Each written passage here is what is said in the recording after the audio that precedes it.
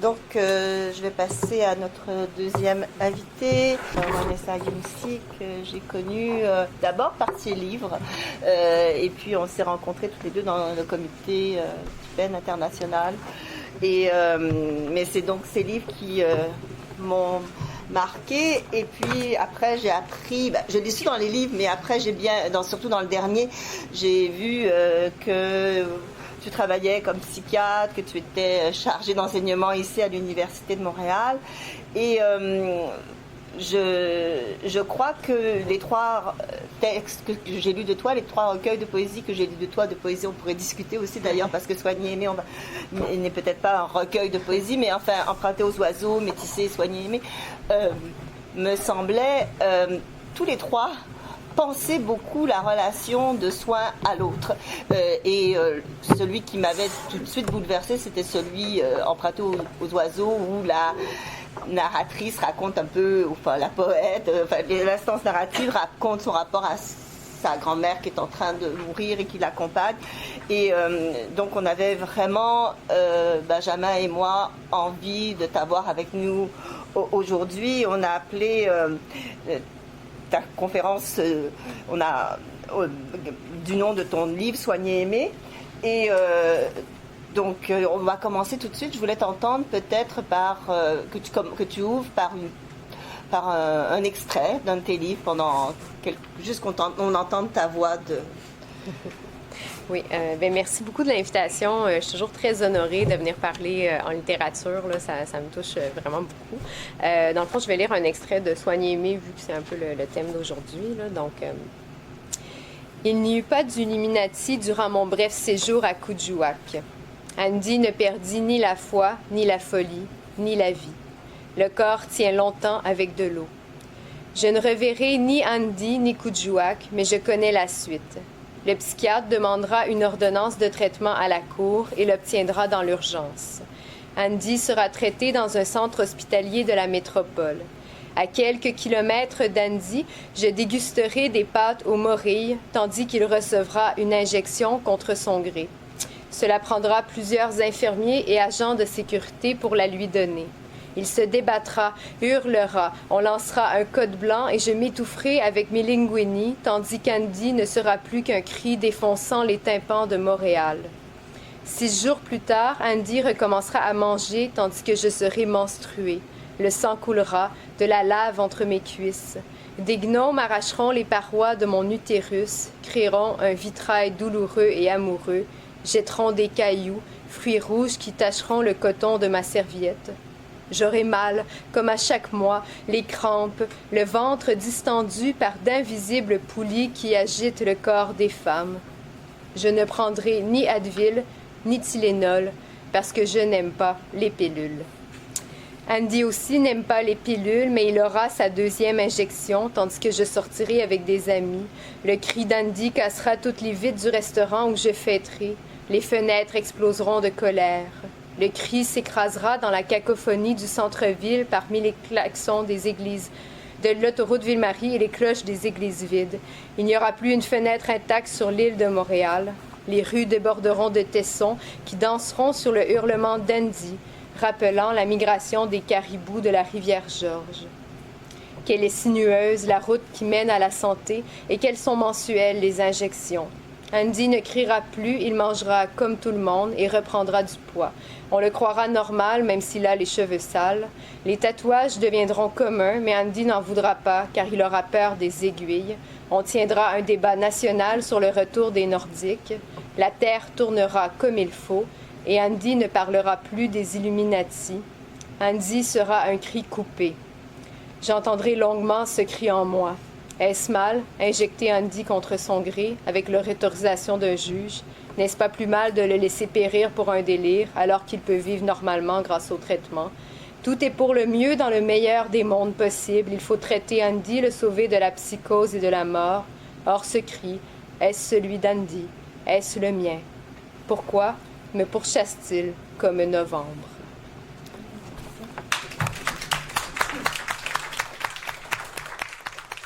Je vais bouleverser un peu l'ordre de mes questions. Je vais commencer par une des dernières que j'avais. C'est quand tout à l'heure, avant de te présenter, je n'ai pas dit à quel hôpital tu travaillais. Tu tenais à ce que je ne le dise pas. J'ai envie de dire quel est le lien? Qu'est-ce que c'est publier je vais commencer comme ça, parce que là tu viens devant des gens. Qu'est-ce que c'est parler de quelqu'un qui a sûrement été un cas, mais on est dans un rapport à la fiction, mais j'ai envie de savoir qu'est-ce que c'est soigner quand on écrit, pourquoi écrire quand on soigne, et puis quel lien à la publication. C'est-à-dire parce que moi si je publie, tout le monde s'en fout. Mais je veux dire, mais je veux dire, c'est pas, je brise pas. Il y a quand même aussi un rapport au secret professionnel, et même si on n'est pas dans un rapport, même si on est dans un lien de fiction, et les littéraires le savent, mais est-ce que le corps médical le sait? Voilà. J'ai envie de commencer par une question un peu banale, mais j'ai envie de c'est ta place. OK, ben c'est une question un peu plus facile. Là, donc, en fait, c'est sûr qu'il y a toujours un questionnement éthique. Moi, j'ai un rapport assez angoissé à la publication. Ce livre-là, en fait, j'ai failli appeler pour le faire annuler. Mais effectivement, ça reste pour moi de la littérature. Puis je scandalise souvent mes collègues quand je dis que c'est des patients de papier, parce qu'eux, ils étaient convaincus que c'était vraiment des cas réels. Mais à quelque part, c'est réel et ce l'est pas, dans le sens qu'on est dans un espace transitionnel au sens de Winnicott, où les choses sont réelles et ne le sont pas, dans le sens que c'est des patients que j'ai créés à travers mon expérience aussi. Donc, il n'y a aucun cas que quelqu'un pourrait vraiment identifier. Aussi, moi, je suis passionnée de poésie, j'écris de la poésie, puis j'ai toujours la prétention que ça ne vend pas beaucoup, donc ça fait que je peux rester quand même assez discrète dans tout ça. J'aime ce côté discret. Puis je fais très attention de ne pas mêler les conférences, là, mais dans ma pratique avec les patients, je ne parle jamais du fait que je suis poète. Beaucoup de mes patients me parlent, j'écris des poèmes, donc je pose plein de questions, je m'intéresse, je dis, ouais, vous écrivez de la poésie, tout ça, mais je ne vais jamais mentionner ma propre vie psychiatrique. Là. Donc, des fois, c'est plus les gens qui ont lu sur moi ou sur mes livres, puis ils m'en parlent, mais moi, je fais ah oui. Je fais la psychiatre, quoi. C'est ça, donc j'arrive à gérer. Là. C'est ce que j'ai trouvé difficile, parenthèse, c'est les médias sociaux, mais je me suis comme sortie de tout ça et je suis plus heureuse depuis, en fait. Donc, c'est ça. Mais je trouve ça vraiment intéressant parce que justement aussi dans ton texte, tu dis que il s'agit toujours de toucher sans traverser. Tu parles beaucoup de survivre dans ce système-là. Et donc oui, finalement, il faut garder, il y a une distance qui est saine. Tantôt, je parlais beaucoup il fallait ouvrir les corps puis finalement créer le lien entre les deux.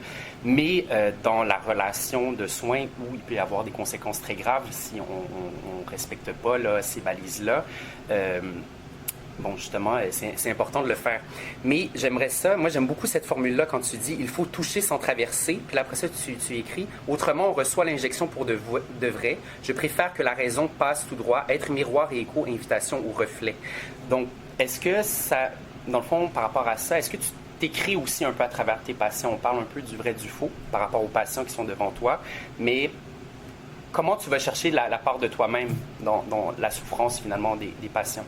Tu mentionnes beaucoup aussi, quand tu étais à Coudjoua, que tu voyais énormément de misère, puis que c'était une misère qui n'était pas la tienne parce que tu avais pu t'en sauver en ayant des A. Là, je me rappelle plus, tu disais, heureusement, j'ai pu me sauver en médecine et avoir des A, puis je me retrouve pas finalement dans une misère épouvantable. Mais est-ce que la part de toi dans les patients que tu vois, comment tu l'appréhendes?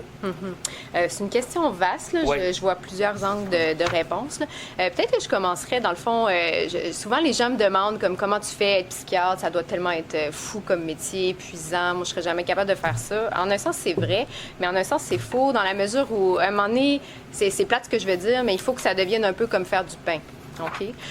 Puis dans le fond, on n'a comme pas le choix, OK? Parce qu'il faut effectivement qu'on survive à travers ça. Puis c'est toute la question de la juste distance pour pas tomber dans le patient non plus, mais pour pas que le patient tombe dans nous non plus.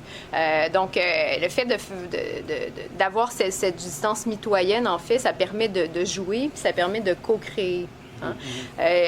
Donc, pour moi, c'est très important. Donc, la question des limites est extrêmement importante. Puis, je le dis souvent, c'est un peu mon dada, mais il n'y a pas de lien sans séparation. Hein? Donc, et pour moi, les mots ont aussi cette fonction, le langage, en psychanalyse, aussi cette fonction de la limite aussi. C'est-à-dire qu'on est deux êtres distincts avec nos langages distincts.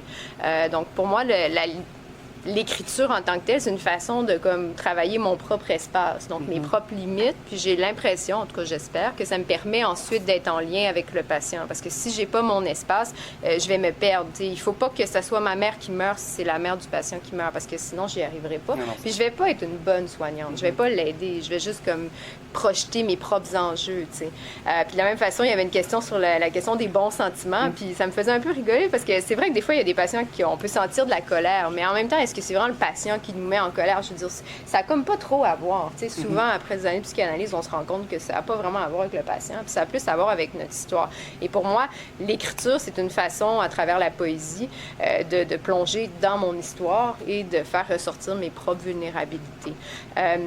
L'autre chose, au niveau de la psychiatrie, en fait, c'est que la psychiatrie, on n'a pas d'imagerie, on n'a pas de laboratoire, donc on est vraiment un peu au 19e siècle là, de la cardiologie puis de la dermatologie, en tout cas de ces disciplines-là. Et donc, on n'a pas le choix d'écouter le patient. C'est pour ça que ça nous prend plus que 5 minutes, ce qui est une bonne chose. Hein? Mais la littérature nous rappelle ça, en fait, nous ramène un peu aux racines de la médecine. Hein? C'est-à-dire que la médecine, bon, classiquement, c'est aussi un art, c'est pas seulement une science, donc il y a tout l'aspect pratique, pas juste l'aspect technique. Et pour moi, la littérature me ramène à ça dans la mesure où ça me ramène au métier de langage. C'est-à-dire que la psychiatrie, c'est un métier de langage et la littérature également. Puis c'est aussi un métier, pour moi, les deux métiers sont des métiers d'écoute. C'est-à-dire que pour moi, l'écriture particulièrement, c'est vraiment une écoute de soi, des nuits en nous, pour reprendre Nicole Brossard. Et dans le fond, la psychiatrie, c'est aussi un métier d'écoute. Mais il n'y a pas de lien à autrui s'il n'y a pas d'abord un lien à soi.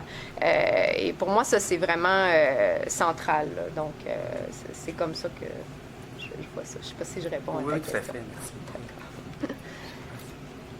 Tout à l'heure, on a parlé de la médecine narrative et du rapport au narratif dans la médecine. Tu as choisi la poésie d'une certaine façon. Là, peut-être un peu moins dans le texte extrême, mais tu as choisi beaucoup la poésie. Tu as choisi aussi la philosophie. Tu as fait des études en philosophie. J'ai envie de te demander, là, tu y as en partie répondu, c'est-à-dire en quoi, comme médecin, psychiatre, tu avais besoin d'avoir un rapport au littéraire. Bon, tu aurais pu tout simplement aller voir un psychanalyste. Hein? Je veux dire, il y a autre chose. Il y a autre chose qui se passe dans ce... Et dans la littérature, dans le vouloir écrire chez toi. Et c'est pas écrire n'importe quoi, c'est écrire de la poésie. Donc, je voudrais savoir un petit peu... parce que tu aurais pu faire seulement un essai pour ou contre le système médical, tu vois ce que je veux dire, mais c'est pas ça. Il y a autre chose qui s'est fait dans tes textes. J'ai envie de savoir ce que c'est, voilà. Oui. En fait, d'abord, c'est vraiment concret comme premier début de réponse, là, mais je ne sais pas vraiment écrire autrement que par la poésie. Là, donc, j'ai toujours été passionnée de poésie, toute petite, donc c'est un peu ma façon spontanée d'écrire. Mais je dirais que je pense que particulièrement pour la question du soin, pour moi, la poésie, ça permet d'aller rejoindre plus, je dirais, une émotion qui pense ou une pensée de l'émotion. C'est-à-dire que ça permet de faire cette concordance-là entre deux domaines qui seraient plus clivés, donc soit le rationnel ou soit être complètement dans l'émotion. C'est un peu une sculpture, une mise en forme de l'inconscient pour moi. Et donc, c'est comme un peu naturel d'aller dans ce mode-là. Aussi, en fait, je pense à un poète que j'aime beaucoup, Antonio Gamoneda, qui disait, en fait, la poésie, c'est la façon dont je marche vers la mort. Donc, pour moi, c'est tout cet apprentissage de la vulnérabilité, des failles. Donc, c'est pas une écriture qui est logique, c'est une écriture qui, à la limite, parfois déconstruite. C'est une écriture de l'image. Donc, j'aime cette idée de pouvoir, justement, toucher la folie, mais sans, comme, traverser, puis sans être hospitalisé à mon hôpital. Donc, ça permet ce jeu-là, en fait. Puis, pour moi, ça me permet, je pense, mais encore très humblement, de prendre une posture plus du patient. C'est comme si, quand je suis poète, je suis comme plus patiente que psychiatre. Puis j'aime cette idée-là de pouvoir me permettre la folie, puis donc de toucher à ça sans devenir complètement folle. Ouais, je dirais ça comme ça. Est-ce qu'il y a une part aussi dans la poésie d'hermétisme ou de secret qui convient mieux à quelqu'un qui a besoin aussi de garder cette part non révélée Oui, mais c'est intéressant en fait parce que moi j'ai l'impression que la poésie c'est comme on dévoile tout mais de manière complètement cachée. Donc c'est un peu le paradoxe en fait, c'est comme un dévoilé caché ou Winnicott dirait un créé trouvé, mais j'aime cette idée-là aussi de pouvoir effectivement me cacher derrière les images, mais en même temps tout est là pour qui sait bien lire. Puis je trouve que c'est un peu aussi ça prend une lecture un peu de psy à quelque part quand on lit de la poésie, donc de pas être dans un mode de compréhension rationnelle, vous savez mieux que moi, là, mais donc de se laisser un peu porter. C'est un peu ce qu'on fait avec le patient. Là. Si moi je cherche juste mes 9 critères du trouble de personnalité limite, ben, je passe complètement à côté de l'affaire. T'sais. Mais ce qui est plate, c'est que je dois les avoir, ces 9 critères-là. Donc je peux comme pas passer complètement à côté de cet aspect technique. Mais la littérature, pour moi, me permet de pas me cantonner à ça, parce que sinon, c'est plate. C'est plate pour le patient, c'est plate pour moi, puis c'est pas de la médecine. C'est la question du langage, en fait. Ça. Tu fais tes herméneutes, tu interprètes. C'est ça, aussi. Oui, c'est ça. J'essaie de lire le non-verbal, j'essaie de lire les non-dits. Puis la poésie, c'est ça pour moi. Ce qui est intéressant, c'est ce qui n'est pas écrit, dans le fond. C'est entre les lignes. J'aurais une question, mais dans le même sens sur la forme poétique. Puis, en fait, ce qui arrive avec, si je fais le lien avec la littérature du sida, c'est que la littérature du sida, la critique l'a un peu étudiée, s'écrit comme un dossier médical. Donc, c'est très, très froid. Guibert, avant son sida, avait une écriture extrêmement, qui faisait beaucoup penser à Médicée aussi, qui avait beaucoup d'envolées très précieuses, mais aussi très mégalomaniaque, c'était quelque chose de très exalté sur le plan formel et stylistique. Puis, aussitôt qu'il est devenu malade et mourant, là, c'est devenu soudainement très, très froid. Et comme si, finalement, d'avoir un jargon, d'adopter un jargon scientifique, ça allait le sauver, finalement.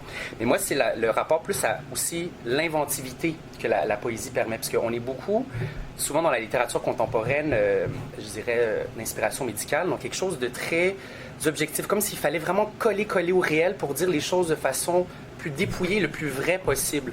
Alors que si on va au 19e siècle, moi, sur ma thèse, j'essaie d'ouvrir un peu le sida au 19e siècle, où là, à la fin du 19e siècle, principalement, avec Villiers L'Isle-Adam, par exemple, qui écrit la future, tout ça, c'est comme on est dans une science-fiction du scientifique complètement mégalo et complètement inventif, dans un rapport poétique très, très, très enlevant, très haletant. Fait que je me demandais s'il y avait t'avais un petit peu ça, parce que tu disais que tu écrivais de la poésie comme une passion, mais comme une psychiatre, est-ce que ça te permet une inventivité, justement, dans ton rapport de soignante, plutôt que de dévier un peu de la question que je t'ai faite, là, t'es comme... je suis plus dans ma question. En fait, je dirais peut-être que c'est plus dans la posture que je verrais peut-être le sens de la réponse, en fait, parce que pour moi, ce qui est beau aussi dans les mots, c'est que le mot n'est pas la chose. T'sais, un de mes collègues psychiatres, psychanalystes, dit souvent le mot chien ne mord pas. Donc, c'est toujours une tentative, en fait, de rejoindre, mais il y a toujours cet échec-là perpétuel. C'est pour ça qu'on réécrit sans arrêt, en tout cas pour moi. Puis en médecine, j'ai l'impression que c'est un peu la même chose. Nos critères, nos cases, tout ce qu'on essaie de mettre dans un côté scientifique, particulièrement en psychiatrie, on n'y arrive comme pas. Ça dépasse toujours le mot du patient, ça dépasse. Il ne rentre pas dans ma case. Puis j'aime cette idée-là. Puis pour moi, la poésie, c'est ça aussi.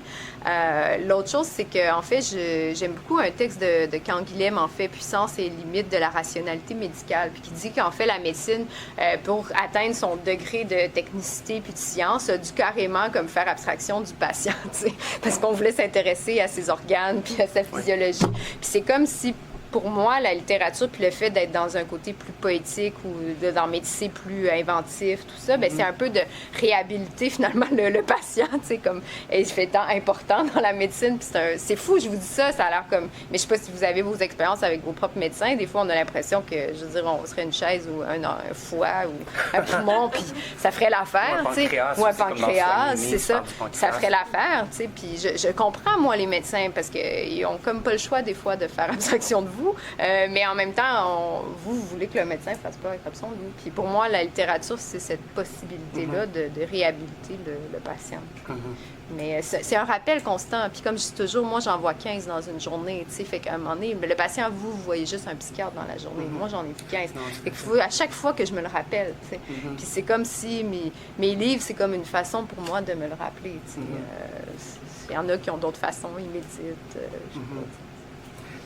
Peut-être je rebondirai rapidement là-dessus. C'est quand tu dis aussi que le médecin n'a pas le choix. Puis en effet, justement, moi aussi, quand je vois des patients, j'ai des normes de l'ordre professionnel à faire. Sinon, je vais te radier, justement. Peu importe.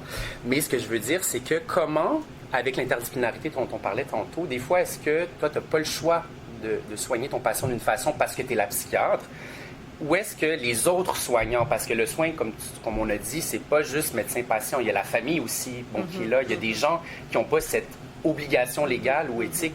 Est-ce que des fois, ça t'arrive de donner le rôle à quelqu'un d'autre que toi, tu peux pas faire en tant que psychiatre, finalement? Je sais pas comment ça... Tu négocies peut-être les personnes qui gravitent autour du patient. Bien sûr que moi, je suis très famille, là, je rencontre toujours les familles, mais je pense que je vois vraiment ça comme un terrain de jeu avec des limites, mais en même temps, pour moi, c'est les limites qui permettent le jeu. C'est-à-dire que ce cadre-là fait qu'on peut jouer, parce que si je suis toujours à risque à chaque fois de coucher avec mon patient, c'est vraiment pas bon. Fait que ces limites-là créent un cadre sécuritaire, mais après ça, il y a beaucoup d'espace de créativité. Puis pour moi, c'est vraiment une co-construction, là, c'est un jeu. Donc, moi, je dis toujours, je ris beaucoup en psychiatrie, ça rend ça bizarre, mais moi, je fais énormément de blagues, les patients me suivent là-dedans. Donc, c'est très co-créatif pour moi. Là. Donc, c'est pas nécessairement en intégrant d'autres gens, mais c'est moi-même en me permettant d'être créativité. Puis en fait, moi, parenthèse, j'ai passé toute ma vie de mes études en médecine à vouloir aller en littérature. Puis je suis contente finalement d'avoir persévéré. Mais c'était un peu ça, c'est que j'avais l'impression de faire de la médecine comme une machine, parce que personne m'avait appris que je pouvais être créative, puis bref, que je pouvais être poète en médecine, puis que c'était même positif. Ben oui, puis on parlait de la question de la formation. Vous questionniez aussi, est-ce que c'est de plus en plus présent, les humanités médicales?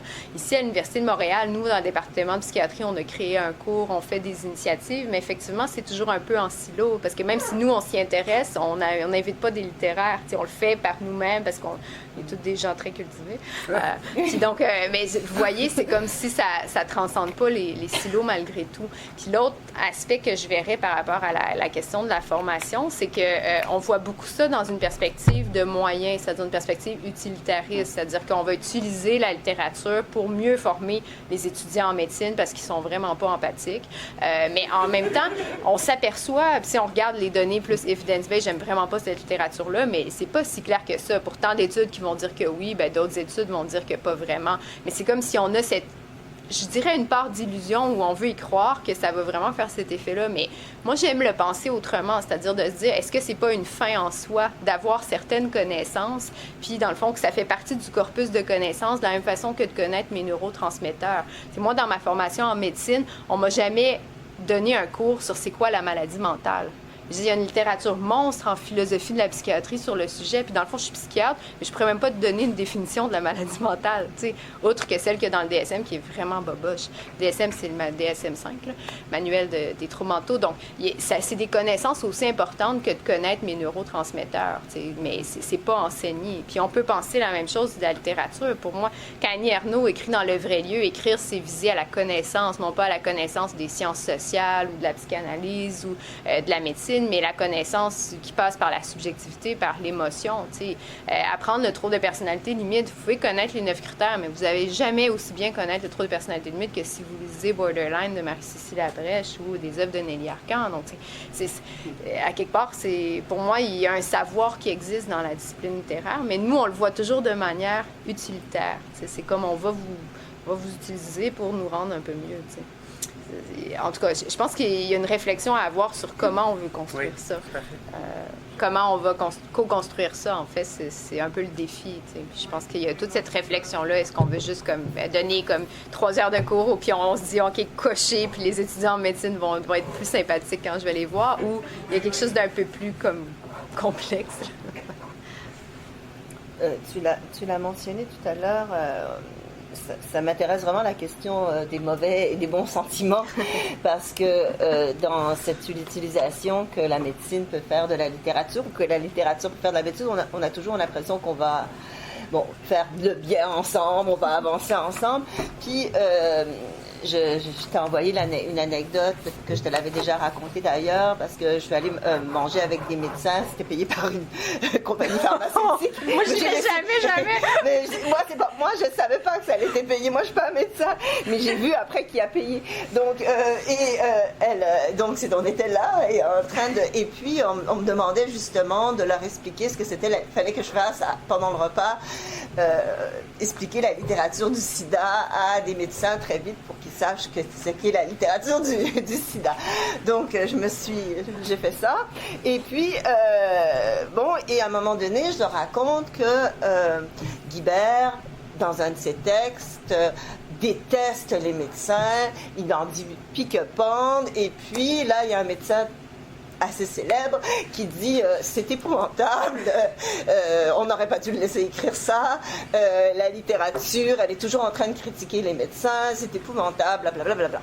Et là, je me rappelle lui avoir dit, mais vous aimeriez pas que je vous aide à écrire un livre comme médecin contre vos patients? Et là, il a dit, ah oui, j'ai dit, c'est ça, la littérature. La littérature, c'est comme, à un moment donné, vous le prenez pour de la réalité, mais peut-être vous allez pouvoir rire, vous allez pouvoir commencer à écrire autre chose, vous allez pouvoir aussi, vous voyez ce que je veux dire, on n'est pas tous purs. Et bon, alors j'ai envie de dire, est-ce qu'on n'est pas pris, et puis même je vais te le dire d'une façon un peu soigner, aimer, c'est très bon sentiment aussi, hein, le titre de ton livre. Est-ce qu'on n'est pas tous pris les uns et les autres pour pouvoir exister ensemble, les littéraires et les médecins? Bon, bien sûr, aller vers le bien, on ne veut pas aller vers le mal, mais est-ce qu'on n'est pas un peu pris avec cette idée, nous allons tous vers des meilleurs sentiments, ce qui est un vrai problème pour la littérature, ce qui est un vrai problème pour la littérature, et peut-être moins pour la médecine, même si, parce que je pense que je pense que la médecine ne peut pas quitter cette volonté de bien. Oui, mais ça détruirait un peu la médecine. Voilà. Oui, c'est ça. En fait, c'est intéressant. Pour moi, c'est sûr que, la réponse facile, c'est d'expliquer effectivement mon devoir éthique, puis toutes les obligations professionnelles, puis effectivement, écrire « Je déteste Madame X », ça serait pas comme élégant. Fait, je pense qu'il y a cette partie-là, effectivement. Là où peut-être, je dirais, en tout cas, dans Soigner aimer, pour moi, le projet était surtout de critiquer peut-être mes collègues, mais donc critiquer plus la façon dont la médecine se fait. Puis ça, je pense qu'il n'y a pas de personne à viser nécessairement, que c'est vraiment plus un système. Fait que c'est un peu plus comme ça que je le verrais. L'autre chose, je pense que notre rôle, puis encore une fois, c'est comme indissociable de notre rôle comme médecin, mais je dirais même comme psychiatre. Winnicott disait dans les thérapies, finalement, notre rôle, c'est de survivre à la destruction. Puis dans le fond, les fois où les médecins sont fâchés contre leurs patients, en général, c'est quand le patient est fâché contre eux, puis il n'est pas satisfait de ce que le médecin a fait, puis les critique. T'sais. Mais moi, à quelque part, je considère que les patients ont le droit d'être insatisfaits, puis même de me nommer, puis même de m'envoyer paître. Mais moi, j'ai le droit de les expulser de mon bureau. Mais c'est comme si pour moi, tout ce qui est dans le domaine médical, c'est pas ma mère. Fait que, même quand j'ai de la colère, pour moi, c'est pas vraiment lié au patient. Fait que je pourrais pas, parce que oui, il faut pas être dans les bons sentiments, mais en même temps, je voudrais pas être non plus dans les faux sentiments. Non, mais c'est pas contre les patients, c'est justement c'était juste parce que lui, je lui ai répondu ça parce qu'il était contre ses patients, il n'avait pas se soirée à en dire du mal. Mais c'est juste... Parler plus de... c'est ça, c'est plus moi dans mes autres livres, je pense, quand je parle plus de ma famille, mais encore une fois, de manière plus cachée peut-être, là, mais ça transparaît peut-être plus des émotions, disons, pas très bons sentiments, là. Mais c'est vrai que la littérature de la médecine est un peu mal prise. Puis en fait, j'ai l'impression que c'est toujours du versant du patient où là, on va vraiment être plus dans... Je pense à notamment Catherine Raymond, qui est aussi en fait résidente en psychiatrie, qui a écrit Matricide, puis qui rentre dedans, là, pas à peu près, mais elle est dans sa position de patient, elle n'est pas dans sa position de médecin. Puis dans le fond, moi, dans Soigner aimer, en fait, au début, il n'y avait pas de texte où moi-même j'étais patiente. Je l'ai comme rajouté parce que je trouvais que ça faisait comme pas sens de faire un livre sur le soin où moi-même je me mets pas en jeu. T'sais. Fait que c'est un peu de cette façon-là. Je pense que le médecin arrive à détourner ce problème des beaux sentiments lui-même en se mettant en position de patient. Puis souvent, dans les écrits que tu citais, lui-même était en position de patient. Donc, c'est dans ces moments-là où on est dans la vulnérabilité puis qu'on sort effectivement du du bon sentiment. Moi, je voulais aussi faire un peu un livre de réflexion pour les soignants en général sur qu'est-ce que devrait être la médecine, puis on reste effectivement dans quelque chose de plus idéal à quelque part. C'est ça. Mais il y a comme un malaise en même temps.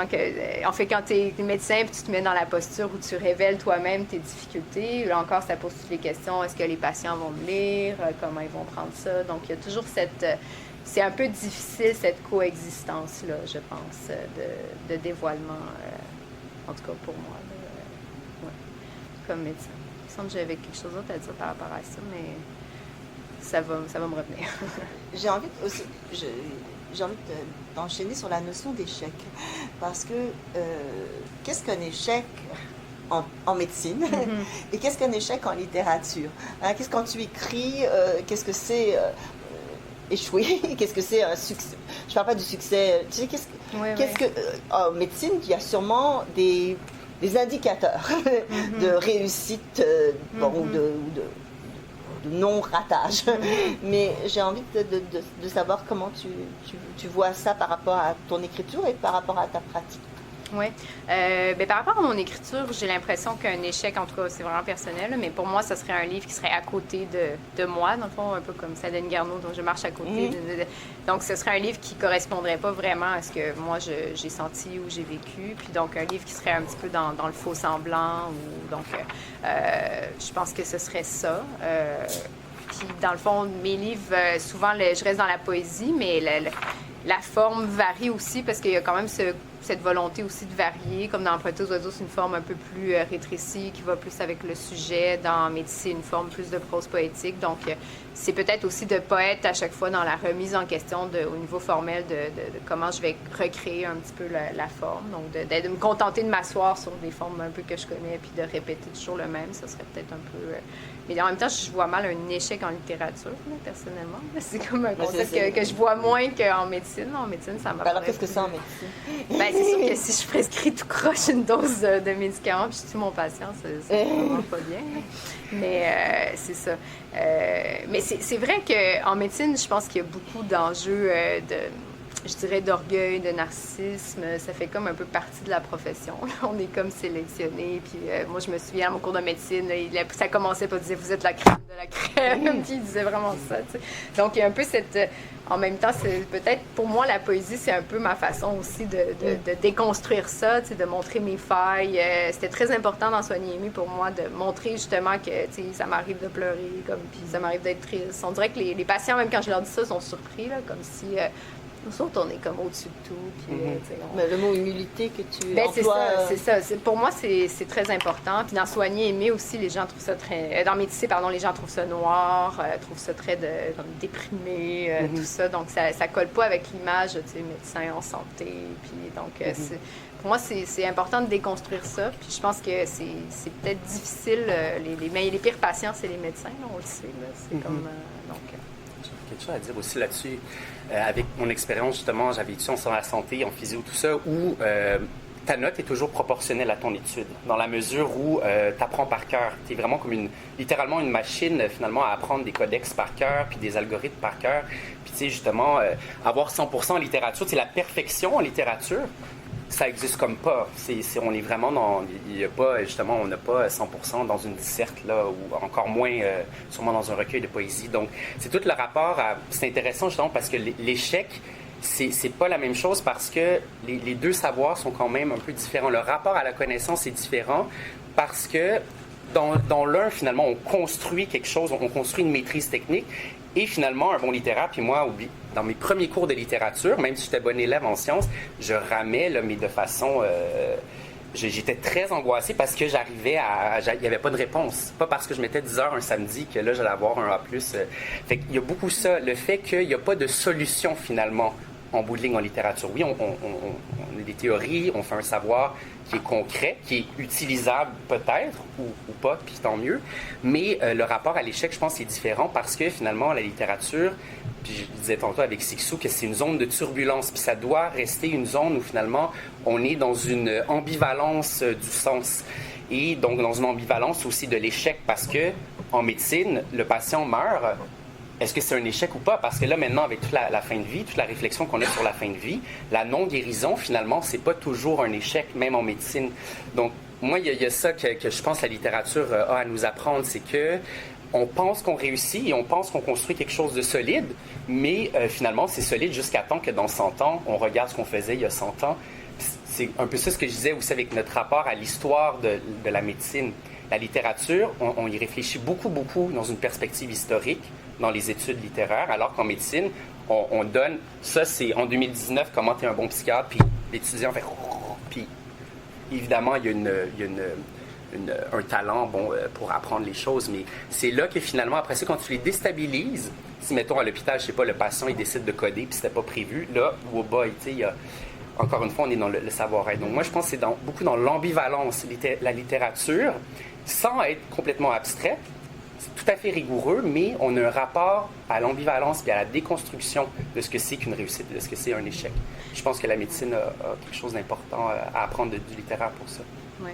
Puis peut-être, je pense que c'est aussi toute la... Parce que, tu sais, moi, je suis en médecine, mais je suis psychiatre, oui, puis c'est très problématique, la psychiatrie, tu sais, parce qu'on n'a pas... C'est très ambivalent. Justement, c'est une zone de turbulence parce qu'on s'aperçoit que toute notre bagage conceptuel, comment on classe les maladies, bien, finalement, ça colle pas vraiment, plus on avance dans les avancées scientifiques, ça colle pas vraiment avec la réalité, entre guillemets, là. C'est comme un peu en mycologie. Moi, j'aime beaucoup les champignons, puis à l'époque, ils les classaient selon leur morphologie, mais là, avec les études génétiques, ils s'aperçoivent que finalement, leur classification ne tient pas du tout la route, puis ils ont tout refait les classifications. Mais nous, c'est comme si on réalise qu'on est complètement à côté, on n'a pas d'outils diagnostiques, fait que c'est vraiment une zone d'ambivalence, puis c'est là où je pense que la psychiatrie est encore plus proche de la littérature parce qu'il n'y a pas cette possibilité d'une réponse satisfaisante. Puis un peu, c'est la blague, si vous voyez 3 psychiatres, vous avez leurs 3 avis diagnostiques différents, puis c'est plate, mais c'est un peu vrai. T'sais. Donc, il y a un peu ce problème de la psychiatrie. Puis peut-être, je reviendrai à la question des bons sentiments. Moi, j'ai une mentor en psychiatrie qui est assez flayée, là, puis elle va assez raide, mais elle a dit tout le temps, il n'y a aucun médecin qui a empêché quelqu'un de mourir, puis quand j'ai eu un moment donné, j'ai eu un suicide, puis c'est toujours un peu un échec pour un psychiatre d'avoir un suicide, c'est comme, mais elle en a commis 3 dans la même semaine, là, puis là, elle me disait, c'est ça, elle me dit ça, puis là, elle connaissait cette patiente-là, puis là, je vais la voir, je dis, ouais, tu sais, Madame X s'est suicidée, puis là, elle me regarde, elle dit, ah, c'est bien. Je dis, mais voyez, ça, c'est le genre de choses que j'aimerais bien écrire, je vais le faire éventuellement, mais c'est qu'elle, pour elle, c'est un peu ça, à un moment donné, il y a des cas palliatifs en psychiatrie aussi, mais ça se dit tellement pas publiquement, allez dire ça dans les campagnes, là, je vous le dis à vous, mais allez dire ça dans les campagnes, lutte contre le suicide, machin, mais ce qu'elle voulait dire, c'est qu'à un moment donné, nous aussi, on a nos cas de phase terminale, puis qu'on n'est pas Dieu, puis qu'on sera pas Dieu, puis que tout le monde va mourir un jour, donc, ça m'a vraiment aidé, moi, quand elle m'a dit ça, parce que moi, j'étais encore jeune, puis naïve, puis je voulais sauver le monde, puis là, ça m'a un peu rentré dedans, mais maintenant, j'ai souvent cette réflexion-là, comme, ah, il s'est suicidé, ben, c'est bien, mais c'est ça, on n'a comme pas le choix, mais en même temps, c'est comment ne pas être non plus dans le cynisme ou dans juste être dans la position défensive, que je veux pas que ça me fasse de quoi, puis en tout cas, tout cet équilibre. Et aussi, il n'y a pas de stabilisation. Ça, c'est quelque chose d'important aussi parce que, tantôt, tu disais qu'il n'y a pas de lien sans séparation. Justement, soigner aimé, mais bon, je ne veux pas juste faire du schématisme, mais il n'y a pas d'amour sans haine aussi. Mm-hmm. Puis c'est l'idée aussi que ça bouge dans le temps. Mm-hmm. Ça bouge dans le temps, ça bouge dans l'espace, puis d'une personne à l'autre. Et de dire, mettons, justement, comme on disait, tu disais, Catherine, je ne suis pas pure, mais on n'est pas... Justement, on est peut-être un peu comme Guibert, barbare et délicat, dans le sens où la pureté n'est pas toute normale. Donc, c'est vraiment dans l'oscillation, finalement, constante qui doit rester dans le mouvement. Je pense que la littérature permet aussi de dire qu'on n'est pas dans quelque chose de fixé dans le temps, dans l'histoire. Là. Oui, bien c'est très intéressant parce qu'il y aurait vraiment une typologie du temps selon les spécialités, là, parce que le temps de l'urgentologue n'est pas du tout le temps du psychiatre. En fait, nous, la boutade en psychiatrie, c'est de toujours dire il n'y a pas d'urgence. Parce que nous, si on fonctionne sur un mode d'urgence, bien, on se fait complètement avoir. Parce que les gens, ils crient à l'urgence, puis c'est l'urgence, je vais me tuer, etc. Mais si... Ben c'est ça, mais nous, faut pas qu'on rentre là-dedans parce que sinon, il va vraiment se tuer. Donc nous, faut rester comme, il n'y a pas d'urgence, tu sais, parce que fait que c'est un autre rapport à la temporalité. Puis c'est pour ça que je vous dis que j'ai l'impression que la psychiatrie, s'il y a un domaine où je pense que la littérature est plus connexe en médecine, c'est pour moi la psychiatrie, là, dans ce rapport. Soigner aimé est constitué de chroniques que j'ai faites dans des journaux de psychiatre, en fait. Donc, j'avais une chronique qui s'intitulait Psychiatre, où, dans le fond, je faisais des récits comme ça. Mais je le réécrirais pas, puis j'ai comme pris une tangente où je me verrais pas refaire ce type de récit-là, parce que j'ai l'impression que j'ai dit ce que j'avais à dire sur le sujet, c'est-à-dire que je pense qu'il y a un problème en médecine, je pense que ça doit être adressé. Puis je trouvais important aussi de montrer, parce que la psychiatrie, c'est un peu les portes closes. C'est un peu encore l'image un peu de l'asile, puis c'est un monde qu'on connaît pas. Puis comme je dis tout le temps, moi je pars le soir puis j'ai les clés, tu sais, mais ça c'est bien précieux. Dans un hôpital psychiatrique, ce que tu veux, c'est les clés, tu sais. Ça distingue le patient du soignant. Donc pour moi, c'était un peu aussi d'ouvrir une fenêtre sur cet univers-là qui est un peu inconnu, qui est encore très stigmatisé. Mais en même temps, je crois que j'ai fait ce que j'avais à faire. J'aurais pas tendance à le refaire parce que je considère que ça m'appartient comme plus ou moins à quelque part. Tu sais, je l'ai fait parce que je pense que c'était important que ce soit connu, mais j'aurais pas tendance à reprendre ça. J'ai plus tendance à cette époque-ci, puis c'est un peu ça dans mes... En fait, tous mes autres livres, c'est vraiment ma vie personnelle ou la vie de proches que je sais qu'ils sont d'accord que j'aborde ça, tu sais. Là, je suis plus à l'écriture, là, je suis une nouvelle mère, fait que là, je suis vraiment dans l'écriture de la maternité, mais vraiment dans ma perspective. Donc, c'est comme si c'est ça. Fait que c'est deux façons de le voir. On peut le voir comme une façon de mettre ça à niveau, mais on peut voir ça aussi comme une façon de maintenir un peu sa relation de pouvoir. Mon fantasme personnel, ce serait... J'hésite un peu, mais des fois, j'ai le fantasme de faire un groupe à la clinique où je travaille d'écriture. On fait un groupe d'ateliers d'écriture, puis que les gens, dans le fond, écrivent parce qu'ils écrivent déjà, puis qu'on constitue ça, puis qu'ils fassent leur livre à eux. Tu sais, ça serait plus pour moi là où je suis rendue... ce que moi j'ai comme fait. Puis c'est pour ça que c'était important dans ce livre-là de vraiment me mettre en jeu comme soignante, de parler moi de mes émotions, que je pleure quand il se passe telle affaire, de pas juste montrer l'autre côté de la médaille. Là. Parce que c'est vrai que c'est impressionnant quelqu'un qui n'a pas parlé pendant 15 ans, là, mais c'était important de montrer que moi ça me rend vraiment dingue puis ça me fait capoter. Il fallait que je le mette aussi. C'était plus comme ça, moi, que je voyais la possibilité de rééquilibrer. Parce que juste parler d'histoire du patient, je pense que je serais passée à côté. Là. Quelque chose à dire aussi par rapport à ma pratique clinique, justement, c'est que le nivellement de la relation, c'est pas juste, justement, un rapport de je te dis de faire quelque chose et je dis actif-passif, par exemple. Tu parlais beaucoup, Vanessa, de jeu, puis moi, je vois beaucoup la relation de soins comme, justement, une scène, finalement, où il y a des rôles, puis il y a une histoire qui se fait. Donc, moi, je pense qu'il y a un certain être ensemble qui est là dans la relation de soins, même si on est complètement différents. Et s'il y a une personne qui est en situation qui a besoin d'aide et le soignant qui a un rôle pour la sauver ou la guérir ou l'aider, du moins. Et dans ce jeu-là, il y a tout le temps plein de choses vraiment intéressantes qui dépassent, tu sais, mettons, moi en plus je suis physio, donc je suis dans le corps, donc carrément le corps, tu sais, biomécanique, tout ça, mais en neurologie. Donc, ce qui est intéressant pour moi, c'est que la neuro, au niveau du cerveau, évidemment, c'est le siège de toutes tes facultés, donc tes facultés cognitives, tes facultés langagières aussi. Et chaque patient est complètement différent. On ressort finalement des lignes, bon, si l'AVC est dans telle région du cerveau, le tableau va l'air de ça, mais c'est tout le temps quelque chose d'unique finalement que je vois avec le patient. Donc, Vanessa parlait beaucoup d'écoute, mais même moi, si je suis physio, donc comme le matériau du corps du patient qui marche et tout, je suis obligé de tout le temps avoir un peu un nouveau livre devant moi. Si je dis AVC gauche, c'est telle affaire, clac, clac, clac. Puis, souvent, les radiographies du cerveau ne sont pas compatibles à 100% avec les symptômes. Donc, des fois, tu as des trucs, mais il ne devrait pas avoir une aphasie parce que l'AVC n'est pas dans cette région-là. Donc, tu as besoin finalement d'avoir cette unité-là pour te mettre à niveau de la réalité de ton patient. Donc, ce n'est pas juste un truc autoritaire. Puis, les autres trucs que moi j'adore, j'ai parlé de langage, puis c'est triste, mais en même temps, moi, il y a des perles finalement, des fois, qui ressortent de ma relation avec mes patients. Un jour, j'avais une patiente qui m'avait dit ça, elle parlait de sa relation avec le médecin, tu sais. Puis elle était aphasique, et elle dit, puis je m'en suis rappelé, je l'ai noté, puis je trouvais tellement que c'était une expression géniale, elle dit j'ai confiance à 100% à mon médecin, je me méfie à 100% de lui. Au lieu de dire je me fie sur lui. Mais son aphasie a créé un lapsus, je me méfie à 100% de lui. Mais là, j'étais comme, c'est vraiment intéressant, tu sais, dans le sens où quelque chose qui, l'aphasie, c'est quelque chose d'absolument terrible, mais des fois, justement, dans cette espèce d'inconscient langagier, du jeu de relation de soins, il y a des genres de perles sémantiques qui ressortent. Là. Ça, c'est quelque chose qu'on a pu voir dans une pièce de théâtre. Puis moi, dans mon écriture créatrice, j'aime beaucoup ça, jouer sur le langage, parce que tu peux faire ressortir du sens sur une situation qui est très, très scientifique, très hiérarchisée. T'sais. Mais le langage qui est déconstruit, ben là, finalement, il y a un autre sens qui est créé au passage. Des fois, les patients, ben, comment ils se présentent, mon copain il aime beaucoup ça quand je lui raconte des histoires, là, il est tout le temps là. Qu'est-ce qui s'est passé à l'hôpital? Moi, je suis comme, je veux pas en parler, là, je veux décrocher, mais il y a quelque chose de, comme lire un livre, finalement. Moi, c'est ça que je dis à mes collègues, c'est qu'on fait un travail littéraire parce que on lit des corps comme on lit un livre. Et c'est à nous, après ça, à négocier la suite de l'écriture dans la relation de soins, finalement. Je pense que c'est tout pour finir, c'est tout un peu le questionnement, parce qu'en même temps, c'est des choses qui font partie de la réalité, qui sont importantes, je pense, à nommer. Puis en même temps, il y a tout ce questionnement comme soignant, est-ce que c'est vraiment à nous de le faire ou est-ce que ce serait pas mieux que ce soit... T'sais, mais nous, on a un regard de soignant sur la chose, fait que on amène une autre perspective. En tout cas, Vanessa, on va demander qu'elle lise peut-être un petit texte avant de partir, et puis oui. Tout petit, parce que... Terre sciée en deux, cette île est la réserve autochtone Ouachat, séparée par un mur de la honte à la hauteur de celui d'Israël. Tu sais, docteur, il y a nous, il y a eux.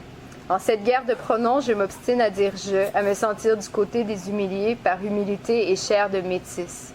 Il ne veut pas de médecin blanc, alors j'avance. Il me demande s'il peut fumer, ça dépend si tu veux te tuer.